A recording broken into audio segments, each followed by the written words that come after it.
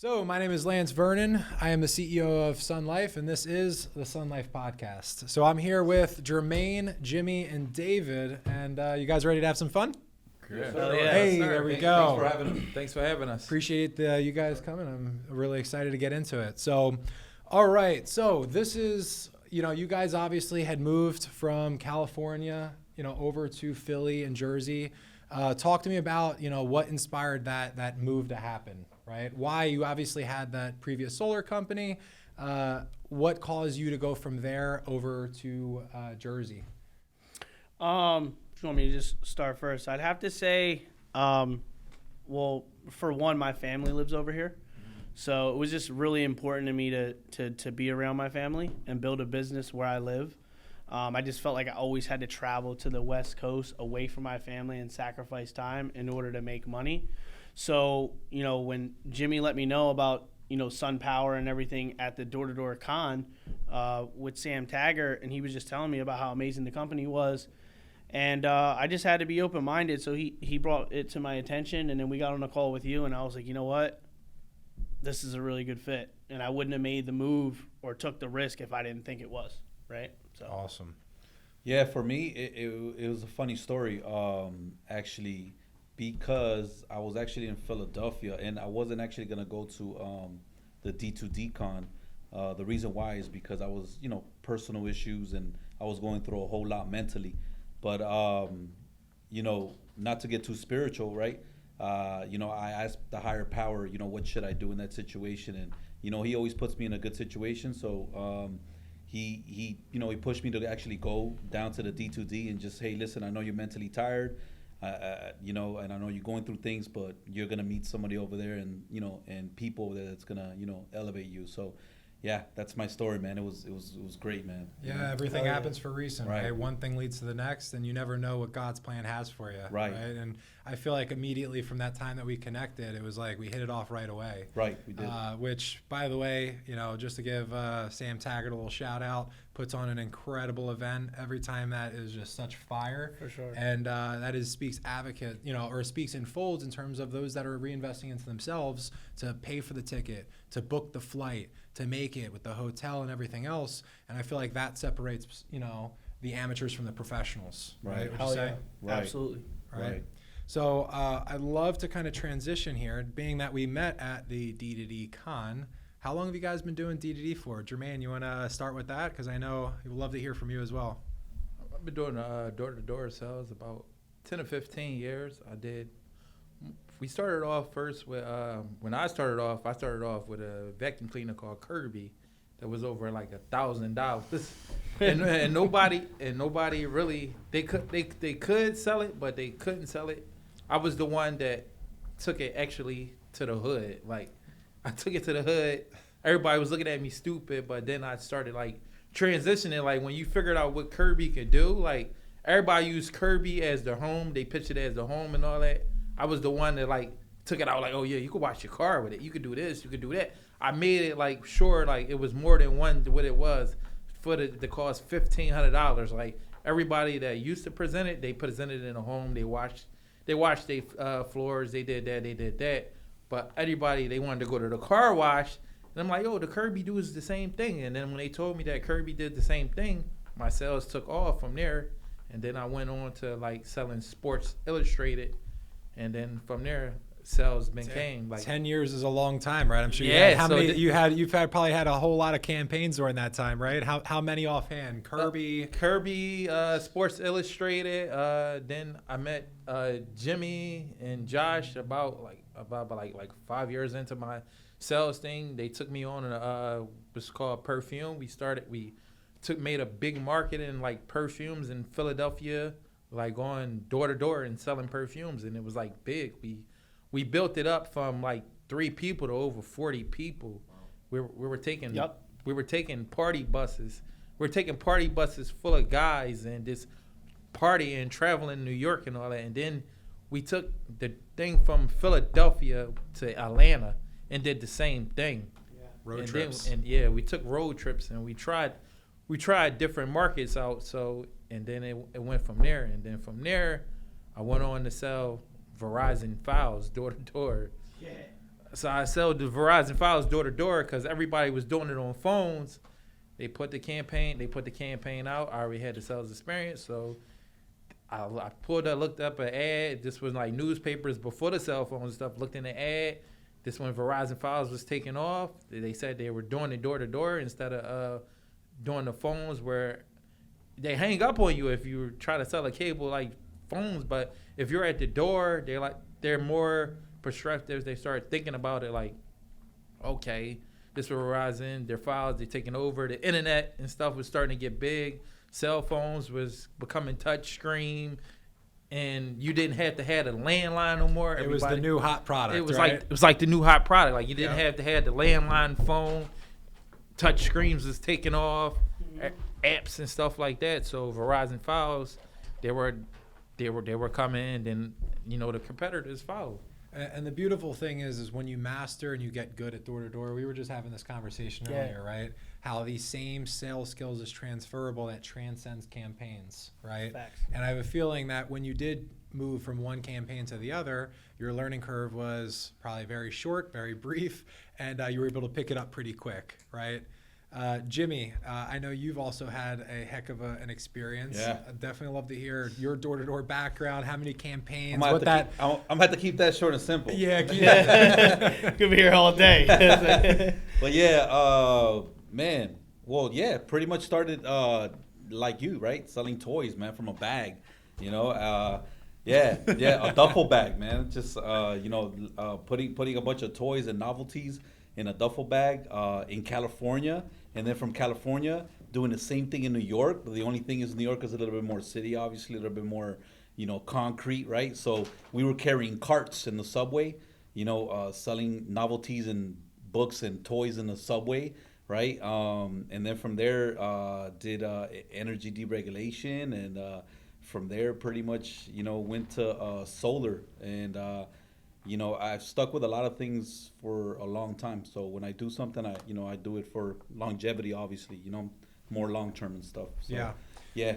And I know when you first got into solar, you guys have been working for a little bit before then. I believe you started in solar before, or can you tell me a little bit about how you guys entered the solar industry and why did you choose to go into solar? What was that, multiple campaigns? Why did you jump into it?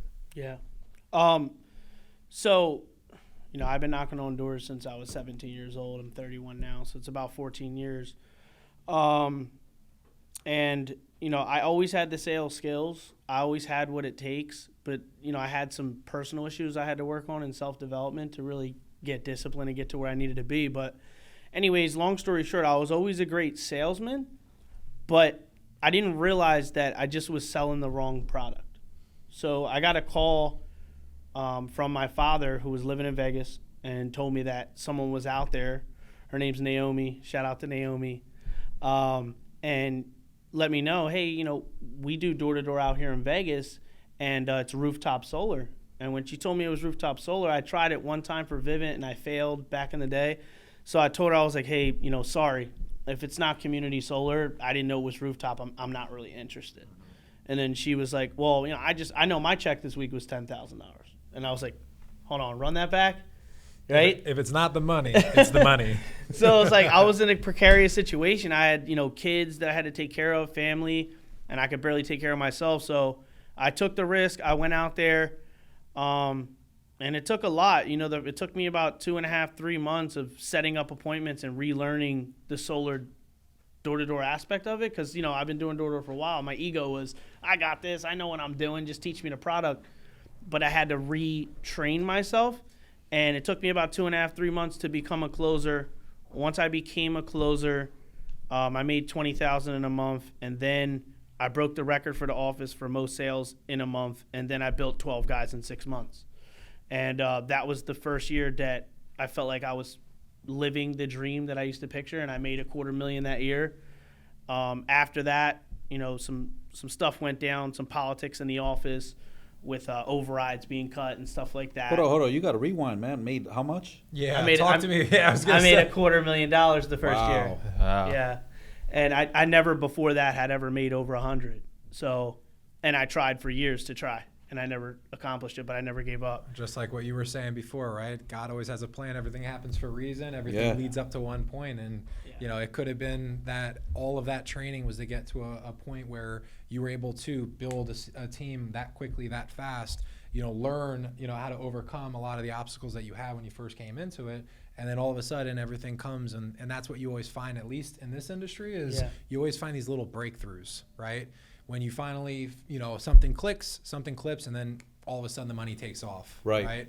And it sounds like you said it was a very hard 3 months, right? It was really tough 3 months. Just to say, 3 months versus the career. And anytime I always feel when you're entering something new, and I love how you were super honest and said, hey, I came in, I thought I knew everything, all this. Correct. And I almost find that most people that have experience, sometimes, not most, but they have the, they go down a different path, right? Where they're not, you know, I always say the mind's like a parachute. It works best when it's open.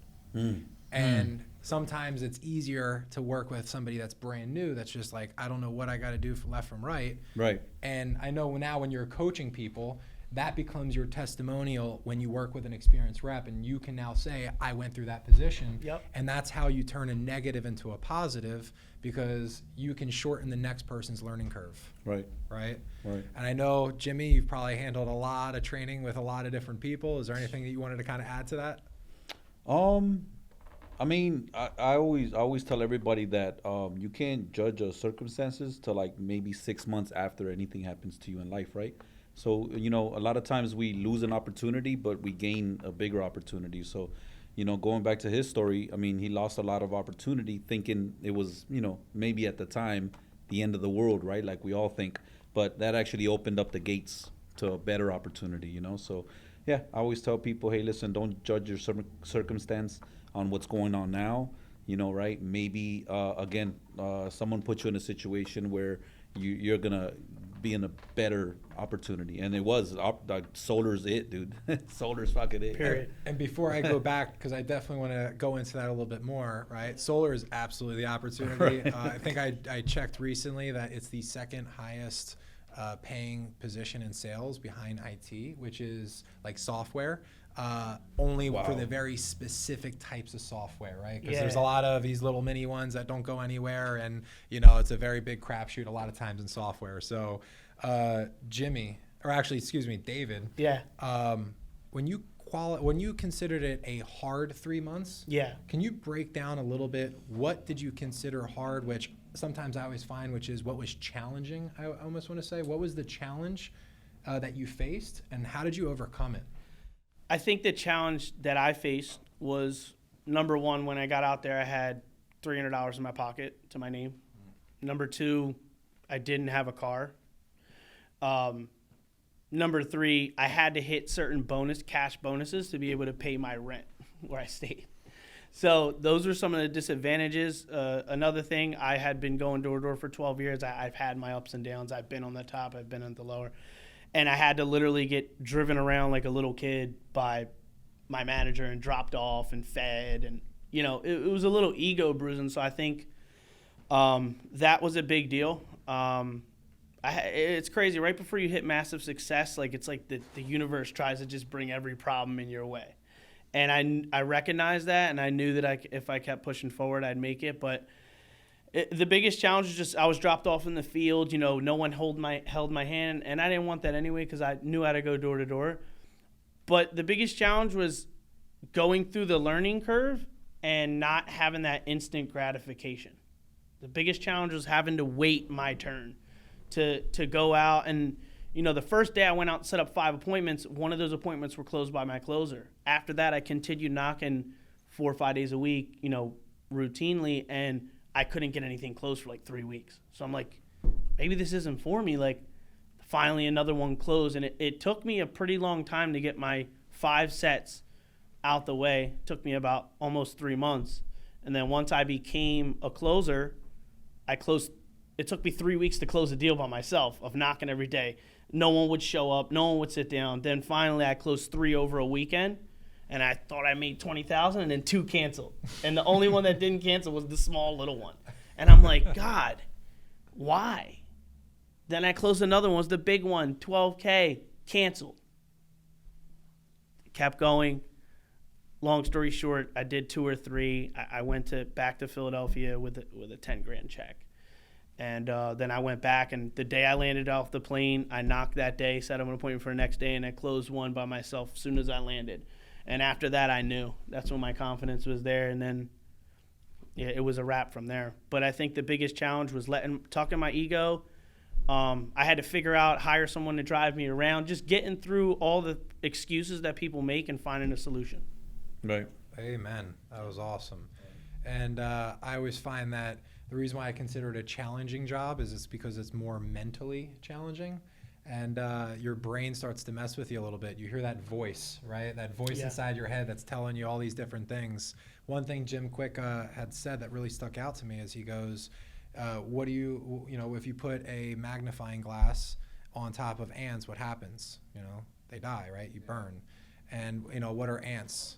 Automatic negative thoughts. So one thing you want to do is put a magnifying glass on them and kill all your automatic negative thoughts that's happening in your head that a lot of times holds you back from finding your success. And a lot of that comes through just the reflection practices, right? Why am I getting the results that I'm getting? Why is that happening to me and not others? What are others doing, and how can I fill the gaps between them, right? Right. Yeah. 100%. You know, now one thing I would like to ask too, and I want to get everyone's feedback on, which is how has door-to-door shaped your life outside of doing the doors? Because this is, and I even see your reaction right now, this really does build character and has molded some of the most successful entrepreneurs that the world's ever seen that started in doing what it is we do. And how has that affected your life? And Dramane, if you want to take this one, and Jimmy, I'd love for you to go next. Well, door to door, I mean, like I said, when you go by a system, like we go by the system 4, 5s, and 8s, use that in every part of your life now. Like that's how you like wake up, like you be on time. You like when you go to stores and all that, it's like in your intentions, like to always try to get a deal because you're always in a deal. Like you're already trying like 4, 5, and 8, like the sneaker store. Like, oh, these is 90. Oh, I got a discount. Like, can I get them for 85? They say no. You walk away. Oh no, and then they'll call you back and like because it's basically your skills. You use your skills in every day of your life. Right. Use it with you lose it with your relationship. Use it with like everything comes into play. Like you're knocking on the door. These are people you're talking to every day, and you're seeing they're telling you their problems and stuff like that. And then you when you go home, you figure like, oh, I somewhat have the same problem because we get electric bill too. Our electric bill's high. Our electric bill's high too. So we're feeling their pain too. Like, oh wow, yeah, your bill's $300. My bill was $300. So we're basically feeling their pain because we're knocking on the door and they're giving us their pain and we're feeling the pain in the same end because everybody pays electric. So it's not like, oh, like we're imaginary fairy tales. We're super magicians. We can go out and we can go out and sell them stuff. But at the end of the day, when we go home, we have the same electric bill. We have the same problems that they have too. So it's basically like a circle of life. Like when we go knock on their doors and then we go home, we're basically feeling the same pain as they're feeling in the end of the day, and we're using it to like justify stuff and like find the solution. Like, okay, the bill's $300. What we do? We go out, we get a supplier, we knock down the bill. The bill's this. We sign up for a program where they help us pay our bills. So, right, and that's the same thing as solar. We're helping them, and at the end of the day, when we listen to their problems, when we go home and we got the $300 bill, we're looking for a supplier. We're looking for a program that help us. We're doing the same thing as we're doing to them. We're helping ourselves grow. And one thing I always say is personal and business life are linear. Yeah. It's very rare that you find somebody amazing and well organized in business, but they're a total mess in their personal life. Yeah. You know, they always say sometimes you can judge somebody by how well they clean their car and how well they organize it. And is their car where they just throw the bottles right there on the floor? Don't look at my car. Then. Yeah. So, you know, and for what we do, right, our car is our office, right? It's our field office, right? Right. So while being very good in what it is we do by going out in business, how does some of those non-tangibles, right? Maybe not so much product, not so much of sales skills, but how does it help build your mentality outside of in your personal life, Right. in those non-tangibles, whether that's, you know, being a better planner, time management, anything like that? I think it helps me out on my time management. You know, I was actually real bad when I was younger with my time management. And if anybody knows me now, like if I tell you I'm gonna actually be there at 8 o'clock, I'm gonna be there at 7:50. You know, so it's like that's very important to me now. You know, and I think it taught me that, right? Like you said earlier, if you're late to an appointment, that could cost you thousands of dollars here in solar, you know? Mm-hmm. So some people learn the hard way, right? I personally learn from other people's mistakes, right? You know, Smart man. right, Yeah. right? They said those are the geniuses, right? They learn from other people's mistakes, you know? Yeah. So I think it helped me out on so much on time management, you know, Yeah. that as far as like, you know, learning the system and just doing door to door, and it teaches you a lot of character, you know. Yeah. We were even talking about this a little bit before we started the podcast. You know, the step that goes before time management, right? You want to speak to that a little bit in terms of proper preparation? Being prepared. Yeah. I don't know if that's the question for me. Yeah. Yeah. But now, I think maybe not in being prepared in organization, but being prepared for a difficult day. Yeah.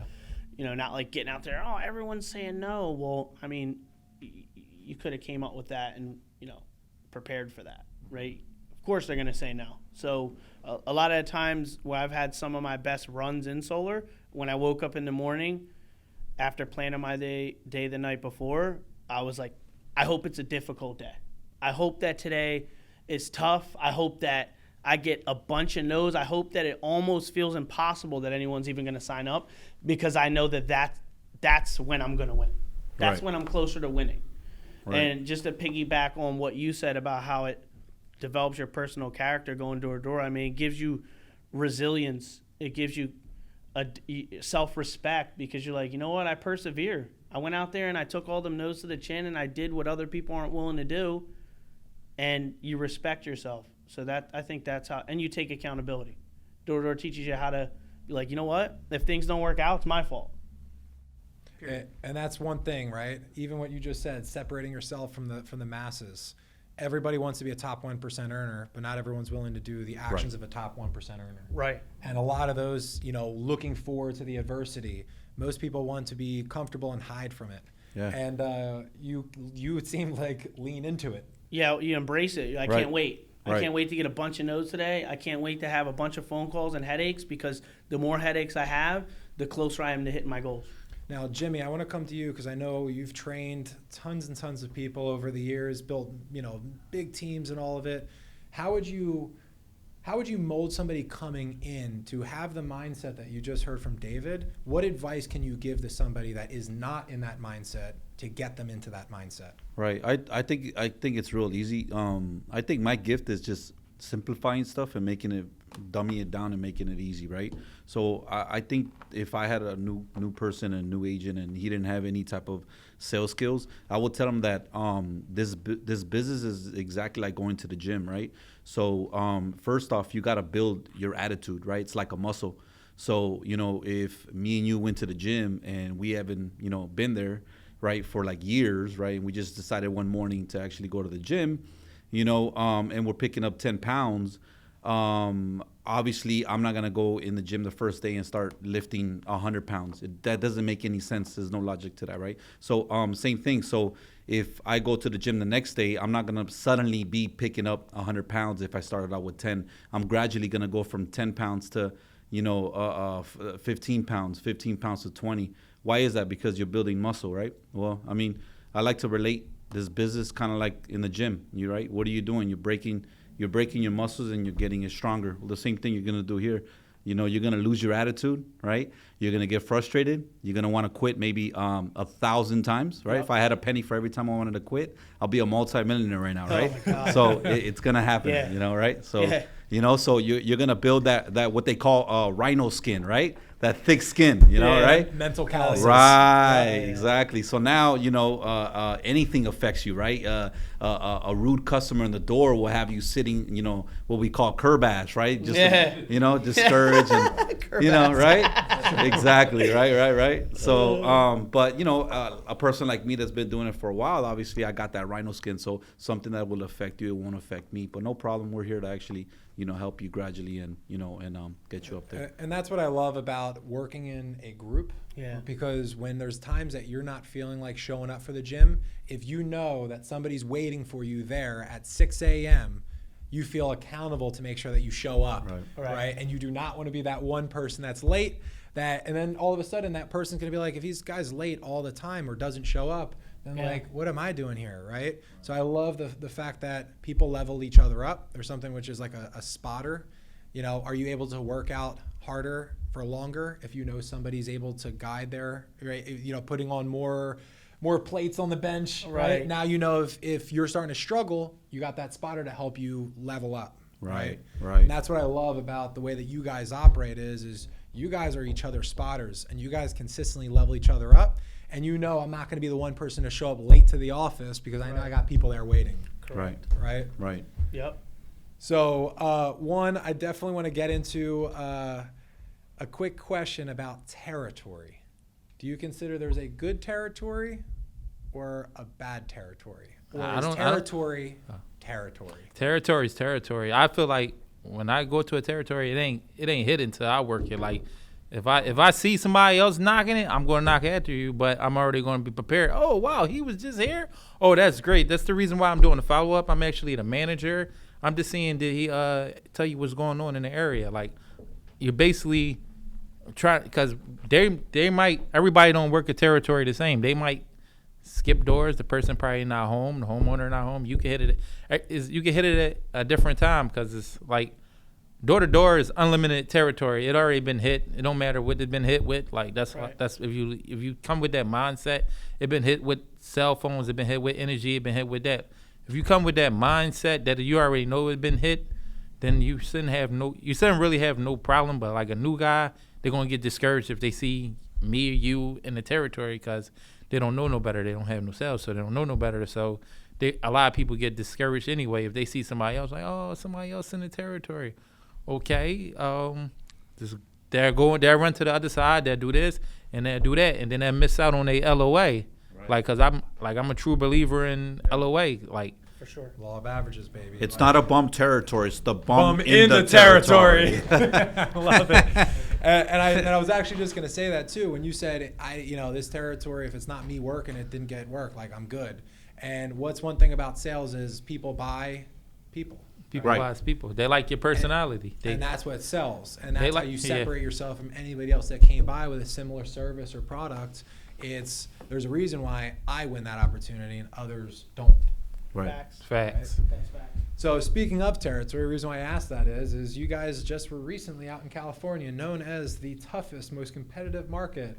And is that myth? What would you say about that, or is it not a myth? I mean, how were you doing out there? It was honest. Go ahead.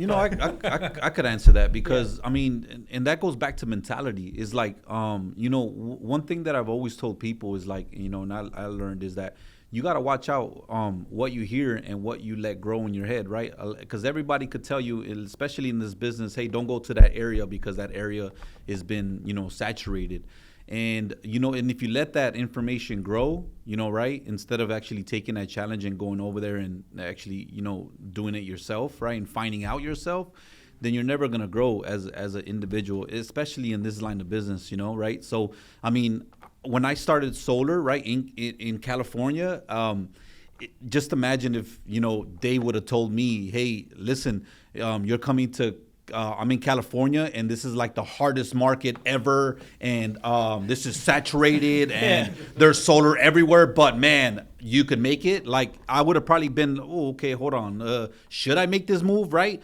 But you know, I made it, you know, right on blind faith, and he didn't approach it that way. So when I went over there and hit California, I didn't know no better. So, you know what I'm saying? So it's funny how the mind works, right? Now, if he would have told me that, you know, and discouraged me, maybe I would have not took the same approach, you know? So I really don't know no better, man. California was California. I made a lot of money in California, you know, and A lot of money. Yeah. So A lot of money. Yeah. So you want to add to this? Yeah, I love this. We see panels, we see gold mines. If we see panels, we know somebody on that block ain't got and panels. before you go too, one thing I always love is like this area is saturated, it's been worked, it's been beaten up. You know, there's always two ways to look at it and what lens you have on, right? Some people look at it as there's so much competition, or you can look at it as there's so much Jones effect. Right. Right. Like I got a lot of people out here that have already made the move. Why Right. haven't, you know, what's been holding you back? Right. Right. Right? Like when was the Greed last time you looked factor. into it? Because a lot of things have changed. Yeah. Obviously, you're seeing a lot of the homeowners out here are starting to make the move of getting a cheaper bill, having all right, and adding Right. to that. You wanna kind of talk a little bit about you were selling in that market before speaking with Jimmy Yeah. and bringing him over, Yeah. right? Because you didn't have those thoughts. You were looking at it like beautiful, right? You could look at California as very saturated, very busy, Yeah. or you can be like, there's no winner. I get to work all year round, not have to go through this, and there's always two lenses to look at it. So, Correct. I think there's pros and cons with any territory, but I think that territory selection is really important in terms of solar. And it's not really important, but it does play a factor. Like if I go to an area where they have bigger roofs and bigger electricity bills, and they have, you know, obviously it's a better territory for me to go to, right? But there's pros and cons because I might not get as many appointments and closes. But if I go to a little bit more of a middle class area that's saturated, I might get more closes, but they're not as big. So it just depends. But just to give you a quick example, when I did energy deregulation, there was a point in my life where I had to make a move to New York in the middle of Washington Heights. And I was by myself. I like rented out this little room from this Dominican old lady, and like she was like crazy, and I was by myself. I had no friends, no girlfriend, no family. I had one guy I was out there with who was always busy, so it was just me, wake up in the morning, go to the office, go knock all day in New York. And when I tell you I was doing door-to-door dereg for a while before that, and I'm really, really skilled, it just broke me down. I was like, yo, this is impossible. I'm going out there all day, I'm knocking all day, and I'm only doing like 2 customers a day. This is crazy. I used to do 10 a day. And I would go back to the house and like just my energy was real low and just my spirit was low. So, and my energy was low. A year later, you would assume that it'd be even more beat up, right? I left. A year later, came back around and the CEO of the company said, Dave, you're murdering it out there in Pennsylvania. I want to get you your own office in Florida, but first I need your help in New York. And if you do the right thing, then we're going to promote you to a full manager.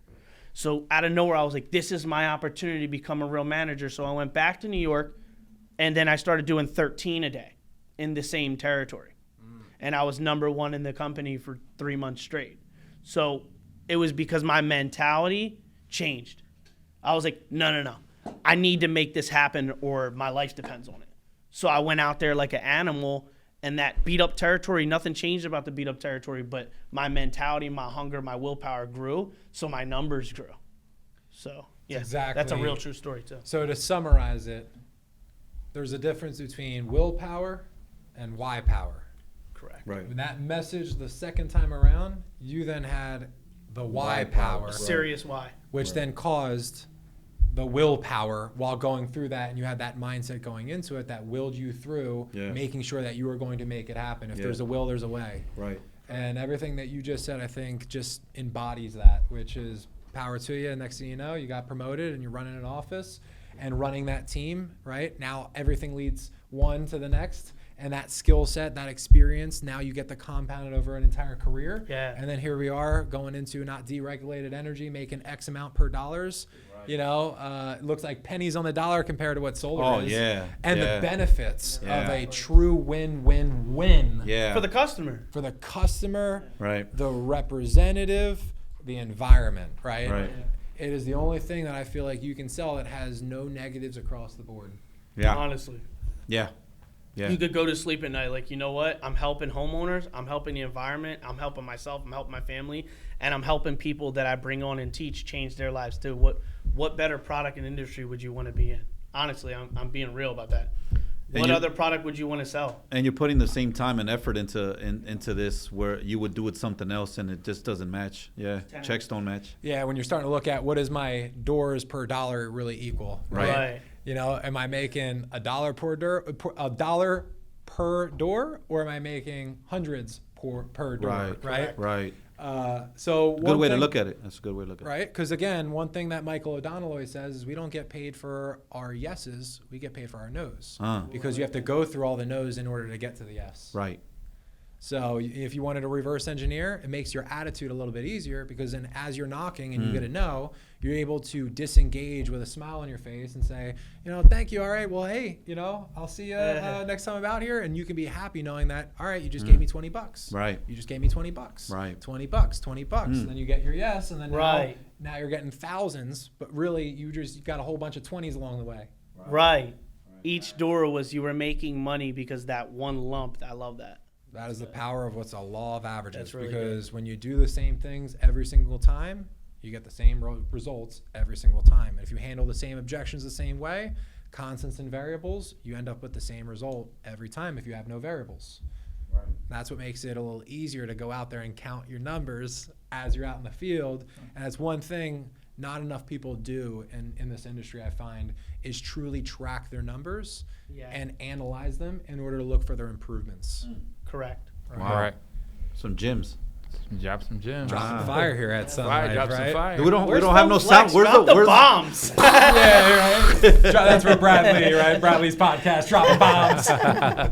So, before we get to the final question, I definitely, you guys have tons of experience, and I know you guys have had many stories along the way. I would love if you guys have some fun field stories. You know, is there anything that you've had? Anything that you went through? PG-13? PG-13, right? You know, exactly. Are we talking about fun ones or like really like, wow, that Whatever wasn't me? first comes to mind. Okay. I got two. I'm going to share a fun one. Then I'm going to share another one. I appreciate the podcast too, because like I feel like in this business, recognition is a big thing. And I don't feel like I ever really got that, you know? So. But anyways, funniest one, I was in the middle of New York doing energy dereg, and this lady answered her door. And this is when I was number one. And I was like, I got to get one more. So I got her at her door. I got her on the TPV call. And she's like, I'm not going to be able to make it. I have to go to the bathroom. I'm like, there's like one more question. There was really 5 more questions. So like this lady starts sneezing, farting, like burping all at the same time. She's like, I'm not going to make it. And I'm like, no, one more. I'm holding the phone. And I completed the TPV and got the sale, and she rushed and took care of what she needed to take care of. So for those that don't know, TPV is telephone verification. And in the deregulated space, the clients, right, the companies you represent, you are not allowed to enter their home. You have to be outside. So when they go back outside, you're sitting there outside. You wanted to complete that call, you know? That's it, man. That's great. Got the deal. Anything when it comes to stories for either one of you guys? A fun story? I got an excellent one. This is like an excellent one. I was doing perfume about like 10 years ago. I hit the South Street market. Everybody knows South Street is 90% white, and they bougie and everything. So this is when Bernard Hopkins, he just had won the belt from Oscar De La Hoya. So I'm on South Street. I'm hitting every door, every store. Everybody's telling me no soliciting. So a Bentley pull up. So it's Bernard Hopkins' wife. I did not know it was Bernard Hopkins' wife at the time. Wow. She pulls up. I pitch her. She says, "No, I don't want none of this fake shit. Get the fuck out of here." So Keep it's okay. Don't cut it out. Yeah, keep doing it. So she says, "No, I don't want none of this. Get out of my way. I don't want this. I don't want this fake stuff and all that." Bang. So at that point, I somewhat lost my attitude. I seen it was a sushi store. It was a sushi store. I was actually going in there to go to the bathroom, and when I went to the door, I see Bernard Hopkins holding a championship, and I go past him, and then I'm like, all right, maybe I should pitch him, maybe I'm not. So I pitch him. He say, come here, what you got? So I'm like, I got perfume colognes, and then he like, oh, cool. So what you selling them for? I'm like, I got one for 25, two for 40. I pitched him low because I was still new. He was like, okay, great. So then as all this is transitioning, the nagged out girlfriend comes in that told me I did not want it in this fake and all that. And then she comes in, she nagged out at Bernard Hopkins because everything down South Street looks fake and it's not in her tea. And she's like, and Bernard Hopkins, he say, which one do you want? She's like, nah, I don't want none of that fake shit. So Bernard Hopkins from there, she's like, listen, these guys out here doing something positive, I'm gonna buy his whole bag. So he bought my whole bag. He whipped out over $2,000. So I'm in shock. So then my friend, my partner I'm with, he's looking in the window at me do it. He calls him in here and he buys his bag. He buys both bags and he say, I'm gonna give it away for charity because y'all doing something positive and y'all not out here robbing and stealing and all that. So it was everything positive. Then from there, I sold a bunch of celebrities. Like I had pictures, sold the Waka Flocka, I sold the Pinky out California. Wait, who's Pinky? No, I'm joking. Clifton Powell, if y'all don't know. Celebrities in their own right. Clifton Powell, y'all don't know. I walked in a barbershop in California. Oh, I man. was merchant. Clifton Powell, the guy that played Pinky in next Friday. I walked in a barbershop. I seen him. I pitched him. He bought something for me. I was in Atlanta. Waka Flocka. He bought my whole bag. So Wow. In the game, I sold to a bunch now, of. now after you dealt with the Bernard Hopkins, did you still go in and pitch low? No. At the Bernard Hopkins bought my bag. Me and my friend, we went on South Street. I bought a pair of Timberland boots. I bought like a $150 jacket. Like the bottles was cheap at the time, so like he gave us 2 racks a piece. So I had over like 1,600 profit. This for going through all the nose. This for going through all the nose on South Street. And when his girlfriend at the time, she nagged me out, but. Me going into the sushi bar and just like I had to go to the bathroom, but me seeing him taking pictures, he took pictures with me and my friend and everything. He had the belt. He was such in a positive mood because he just had won the belt from Oscar De La Hoya. He bought both of our bags and he shut his girlfriend down like for talking negative on us. Like basically he saved my day. Nice. That's awesome. I was about to leave that South Street with no sales with my table. I'm like, oh damn, I got work. Dude, like I can't do this. Like I hit every door. They told me no soliciting. They told me they were gonna call the cops. I'm like, oh, I can't do this. And I was like fairly new in the perfume game. I'm like, Right. Love it. Well, hey, as we're wrapping up here, I'd love to end with what are you most excited for working with SunLife? You have all the opportunity, all the world. We jumped on a call. You guys were out in California. What are you most excited about working with SunLife? Me personally, just the credibility, man. It's everything, you know. I haven't sold not one deal, you know, for SunLife. But the confidence that I have right now, I've never had before with any other company. It's kind of weird, yeah, because, you know, and I got confidence in myself, but, you know, going in there and knowing that the back end is taken care of, I could do what I do best, which is going out there and actually selling and duplicating myself, you know, and building a organization that way. So, you know, I'm excited, you know, right? I'm motivated and I'm ready to see what the future has for us, you know. And I want to do more as far as like just not even just as far as business. And the money's nothing. Money comes, man. It's about friendship and long-term, you know, long-term friends. 100%. Yeah, Love it. relationships. You know, anything that you want to add, David, on your end? Just everything that you want to add on top of what Jimmy said. You know, what does he mean by back end? You know, what is you know, to dive into some of the details, because you know it was really well said. Yeah. I mean, with solar, one thing that you don't understand how important is just the support system behind the scenes.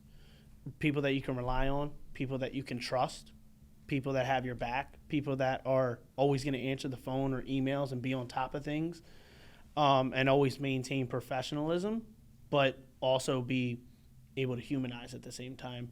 And I feel like, again, the credibility of SunLife, the team, the rest of the team, sharp, amazing. And it just gives me a lot of confidence, and I'm sure I'm speaking for everybody else, going into the future and launching with this confidence, knowing that all we have to do is our part and put in the work, and that we're going to get the results because everything else is handled by SunLife. And we have a reputable company that we can be proud of, and we can start thinking more long term and sort of just settle down. And I'm excited. You know, I love, just to summarize what both of you guys said. One, a lot of my friendships have all been developed through business, and I feel like when you do right by people, you get that in return in the long run. And I absolutely want to just second, you know, us coming together and working and watching the friendship and everything grow, just because we're already clicking and this is just the beginning. Right. You know, and one methodology I like to go by, which is the HIT methodology, which is abbreviation. Always got to love that in sales. The way you treat people and the way you carry yourself. HIT, honesty, integrity, and transparency. And we want to incorporate that in every aspect of the way that we do business and constantly tell people what's going to happen next. Making sure that there's no surprises, right? People hate surprises. You know, they don't mind bad news, but they sure hate, you know, they hate surprises. Right. So the more that you can constantly be transparent about how things happen before they happen, and you can really give the right expectation, you always find that people accept it when it's explained properly in the beginning. Right. Right. Right. Yep. And I'm so excited to be working with you guys. Yeah. Yes. Ditto. Sky's the limit, and we're gonna be doing some big stuff here. Can't Right. wait. Yeah. Thank Yes, you guys sir. for being a part of the podcast. Thank you, man. guys. Appreciate you. It's an honor. Let Dave spit the hottest verse of 2020. That 2022. That was awesome, guys. was cool.